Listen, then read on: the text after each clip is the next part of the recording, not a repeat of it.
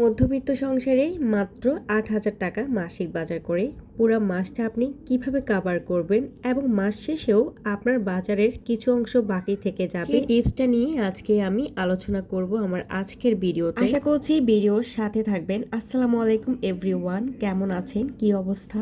আশা করছি সবাই বেশ ভালো আছেন। আলহামদুলিল্লাহ, আল্লাহ তাআলার রহমতে আমরাও ভালো আছি। যাই হোক, সকালবেলা ঘুম থেকে উঠে সবারই একটা ম্যান্ডেটরি কাজ হচ্ছে রুটি বা পরোটা। মানে আমাদের বাঙালিদের নাস্তার রুটিনে কিন্তু এই দুটা জিনিস বেশি প্রাধান্য পায়। পরোটা বানাতে যেহেতু একটু সময় বেশি লাগে, এই জন্য কিন্তু আমি বেশিরভাগ সময় রুটিটাই বানিয়ে থাকি। তবে ছুটির দিনগুলোতে আমি কিন্তু অবশ্যই পরোটা বানানোর চেষ্টা করি। যাই হোক, ভিডিওটি ছিল শনিবার সকালবেলা, আর ওই দিন যেহেতু ছুটির দিন ছিল তাই আমি পরোটা বানিয়ে নিচ্ছি সবার জন্য। মধ্যবিত্ত সংসারে যাবতীয় খরচ সামলাতে আমরা কিন্তু সবাই মোটামুটি হিমশিম খেয়ে যাই, কিন্তু এরপরও আমরা যদি একসাথে সবগুলা বাজার করি, মানে মাসের বাজারটা যদি একদিনে করি, একেবারেই করে থাকি এবং একটু বুদ্ধি খাটিয়ে টেকনিক অ্যাপ্লাই করে যদি আমরা বাজার সদাই করে থাকি, তাহলে কিন্তু আমরা সারা মাস সুন্দরভাবে চলতে তো পারবো, মাস শেষেও কিছু টাকা সেভ করতে পারবো। আর আমরা মোটামুটি সবাই যারা মাসিক বাজার করে থাকি তারা কিন্তু মাসের প্রথম সপ্তাহে আমাদের পুরো মাসের বাজারটা করে ফেলি। শনিবার যেহেতু হাজবেন্ডের ছুটির দিন ছিল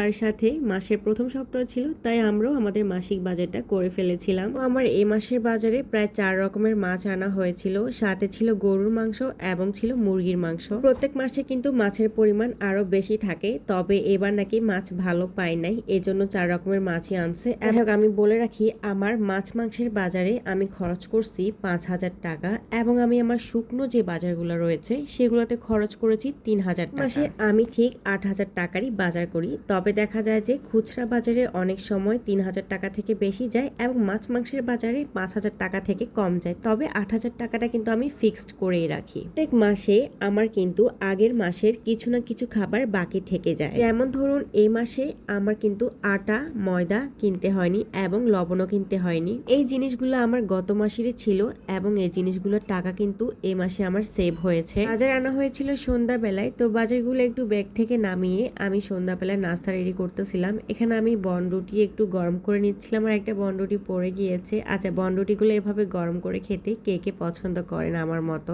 একটু পোড়া পোড়া করে বনরুটিগুলা চা দিয়ে খেতে কিন্তু অসম্ভব মজা লাগে। আমি আর আমার জামাই খেতে পছন্দ করি, তো আমরা প্রায় সময় কিন্তু এই বনগুলো এনে এভাবে একটু হালকা ছেঁকে খাই। যাই হোক, দেখতে পাচ্ছেন মাছ মাংস সবগুলো আমি এখানে নামিয়ে রাখলাম। আর এখানে ছিল 4 রকমের মাছ। গরুর মাংস ছিল, ফার্মের মুরগি ছিল, আর সাথে ছিল কক মুরগি। তো মাছের মধ্যে এই মাসে আনা হয়েছিল পাঙ্গাস মাছ, ছুরি মাছ, পোয়া মাছ এবং সাথে ছিল রুই মাছ। গরুর মাংস আনা হয়েছিল 2 কেজি এবং ফার্মের মুরগি আর কক মুরগি মিলে 4 কেজির মতো কেনা হয়েছিল। সবগুলো মাছে কিন্তু আমি 1 কেজি করে কিনছি, এর থেকে বেশি কিন্তু আমি কিনি নাই। 4 রকমের মাছে আমার খরচ পড়ছে 2500 টাকা, আর এদিকে গরুর মাংস আর মুরগির মাংস মিলে আমার খরচ পড়ছে 2500 টাকা, টোটাল 5,000 টাকা। আমি কিন্তু আগেই বলে রাখছি আমার গত মাসের কিছু শুকনো বাজার বেঁচে গিয়েছিল, এজন্য আমি এই মাসে মাছ মাংসের বাজারে একটু বেশি টাকা দিয়েছি। ইন্টারেস্টিং ব্যাপার হচ্ছে, আমার গত মাসের মাসিক বাজারে কিছু মাছও বেঁচে গিয়েছিল। যেমন দেখতে পাচ্ছেন, এখন আমি পাঙ্গাস মাছ ধুচ্ছি লবণ দিয়ে, আর এই পাঙ্গাস মাছের ফিসগুলা কিন্তু আমার গত মাসের বাজারে। তো ভাবলাম যে এগুলো এতদিন হয়ে গেল, প্রায় 1 মাস হয়ে গেছে, তো এগুলো খেতে কেমন হবে, তো এগুলো আগে খেয়ে ফেলি। যে পাঙ্গাস মাছ রয়ে গেছে তা না, আমি দেখি ফ্রিজে আমার 1 বক্স সুরমা মাছ রয়ে গেছে এবং আমার 1 বক্স চিংড়ি মাছও রয়ে গেছে গত মাসে। প্রতিটা মাসে কিন্তু আমার গত মাসের কোনো না কোনো খাবার অবশিষ্ট থেকে যায়, মানে আমি কিন্তু প্রতি মাসে ফিক্সড 8,000 টাকার বাজারই করি, এরপরও কিন্তু আমার প্রত্যেক মাসে কিছু না কিছু খাবার থেকে যায়। একটু বুদ্ধি খাটিয়ে যদি চলেন তাহলে কিন্তু আপনারাও আপনাদের প্রত্যেক মাসের মাসিক বাজার থেকে কোনো না কোনো খাবার এভাবে বাঁচিয়ে রাখতে পারবেন পরবর্তী মাসের জন্য। অনেকে দেখা যায় যে মাসিক বাজারটা মাস শেষ হওয়ার অনেক আগে শেষ হয়ে যায় এবং দেখা যায় যে আরো এক্সট্রা বাজার করে নিতে হয়। তারা কিন্তু আমার আজকের এই টিপসটা ফলো করতে পারেন। আপনারা চাইলে কিন্তু আপনাদের গত মাসের শুকনো বাজার অথবা মাছ মাংসের বাজার থেকে কোনো না কোনো আইটেম সেভ করতে পারেন আপনাদের আপনাদের পরবর্তী মাসের জন্য। মাসে এই টেকনিকটা অ্যাপ্লাই করতে আপনাদের একটু প্রবলেম হতে পারে, তবে একটু কষ্ট করে যদি একটা মাসে নিজেদের বাজারের কিছু অংশ সেভ করতে পারেন তাহলে পরবর্তী আর কোনো মাসে কিন্তু আপনাদের এক্সট্রা করে বাজার করতে হবে না মাস শেষ হওয়ার আগে। যাই হোক, আপুদের সাথে কথা বলতে বলতে আমি কিন্তু মাছগুলা ধুয়ে বক্সে রেখে দিয়েছি, আর এদিকে আমি কিন্তু এখন মুরগির মাংসগুলো ধুয়ে বক্সে রাখতেছি। আমি কিন্তু আমার ফ্রিজে প্রতিটা খাবার এভাবে বক্সে করে রাখি, আর এতে করে দেখা যায় যে আমার মাস শেষেও খাবারগুলা কোনো ধরনের গুণগত মান নষ্ট হয় না এবং খাবারের টেস্ট একদমই পারফেক্ট থাকে। ওই যে গত মাসের পাঙ্গাস মাছগুলা এই মাসে রান্না করছি না, প্রায় 30 দিন থেকেও বেশি হয়ে গেছে এগুলার মেয়াদ, বাট বিশ্বাস করেন মনে হইতেছে যে এগুলো আমি আজকে বাজার থেকে কিনছি, এত ভালো হয়েছে। আপনারাও চেষ্টা করবেন পলিথিন বা পলি ব্যাগে ফ্রিজে কোনো খাবার না রেখে এভাবে বক্সে করে খাবার রাখতে।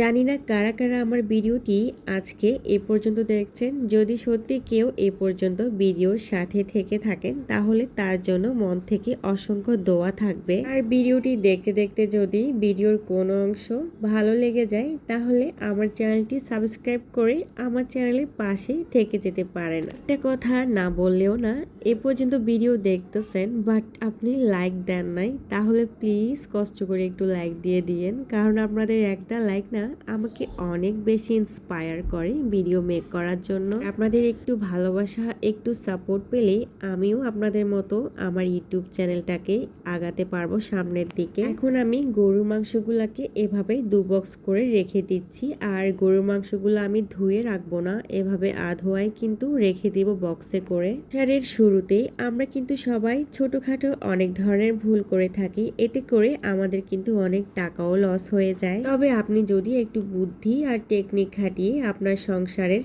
সবগুলা কাজ করেন, বাজার করেন, রান্না বান্না করেন, তাহলে কিন্তু আপনি সুন্দরভাবে আপনার অল্প ইনকাম দিয়েও পুরো মাসটা চালাতে পারবেন। সাথে কিন্তু আপনি মাসের শুরুতেই কিছু টাকা সেভও করতে পারবেন। কথা মনে রাখবেন, মাসের শুরুতে সেভিংসটা করে ফেলবেন, বাজার করার পর কিন্তু সেভিংস করতে পারবেন না। আমি আজকে যে 8,000 টাকার পুরো মাসিক বাজারের ভিডিওটি আপনাদের সাথে শেয়ার করছি, এটা কিন্তু সবার জন্য প্রযোজ্য হবে না। কে এর থেকে অনেক বেশি টাকার বাজার করে, বাট যাদের ইনকাম কম তাদের কিন্তু এর থেকেও আরো কম টাকায় বাজার করতে হবে, না হলে কিন্তু আপনার সংসার চালাতে অনেকটাই কষ্ট হয়ে যাবে। ইনকাম যতই কম হোক না কেন আপনি কিন্তু কখনোই ঋণ করে চলবেন না, কারো থেকে ধার নিয়ে চলবেন না, এবং অবশ্যই মাসের শুরুতে আপনার সঞ্চয়টা করে ফেলতে কিন্তু একদম ভুল করবেন না। কথা বলতে বলতে মাছ মাংসের বাজার পুরোটা কিন্তু গুছিয়ে নিয়েছি, আর এখন শুকনো বাজারগুলা বের করে নিয়েছি। শুকনো বাজারের মধ্যে এমন অনেকগুলো আইটেম যেগুলো আমার এই মাসে লাগবে না, মানে এই মাসের এগুলো না হলেও চলবে, আমি কিন্তু তাও কিনছি, কারণ এগুলো আমার পরবর্তী মাসে সঞ্চয় হিসাবে কাভার হবে। এখানে কিন্তু সাবান আনা হয়েছে, কাপড় কাচার সাবান এবং গায়ে মাখার সাবান, বাট এগুলা কিন্তু আমার গত মাসের বাজারে রয়ে গেছে, তো এগুলা কিন্তু এ মাসে থেকে যাবে, মানে এগুলো আমি পরবর্তী মাসে আর কিনবো না, পরবর্তী মাসে আমি এগুলাই ব্যবহার করব। যাই হোক, এভাবে টুকিটাকি আমার প্রতিটা মাসে অনেকগুলো বাজারের আইটেম থেকে যায়, পরবর্তী মাসে ওগুলোর খরচটা কিন্তু আমার সেভ হয়ে যায়। তো দেখতে পাচ্ছেন আমি কিন্তু 2 কেজি সরিষার তেল কিনেছি এবং 1 কেজি সয়াবিন তেল কিনেছি। সয়াবিন তেলটা আমি নাস্তার আইটেম তৈরিতে ব্যবহার করব, সরিষার তেলটা হচ্ছে প্রতিদিনের রান্না বান্নার কাজে ব্যবহার করব। তো দেখা যায় সরিষার তেল ব্যবহার করলে রান্না কিন্তু তেল অনেকটাই কম লাগে, তাছাড়া সয়াবিন তেলটা কিন্তু স্বাস্থ্যের জন্য অতটা ভালোও না। তো যাই হোক, শুকনো বাজারগুলো কিন্তু একে একে সব বের করে আমি গুছিয়ে নিয়েছি, আর এই তো এটাই হচ্ছে আমার পুরো মাসের বাজারটা। তো দেখতে পেলেন মাত্র 8,000 টাকায় আমি কিন্তু 16 আনা বাজারই করছি সংসারের। এদিকে পেঁয়াজ রসুন গুলাও দেখিয়ে দিলাম একটু। যাই হোক, ভিডিওর একদম শেষ পর্যায়ে চলে এসেছি। ভিডিওটি কেমন লেগেছে অবশ্যই কিন্তু কমেন্টস করে জানাতে ভুলবেন না।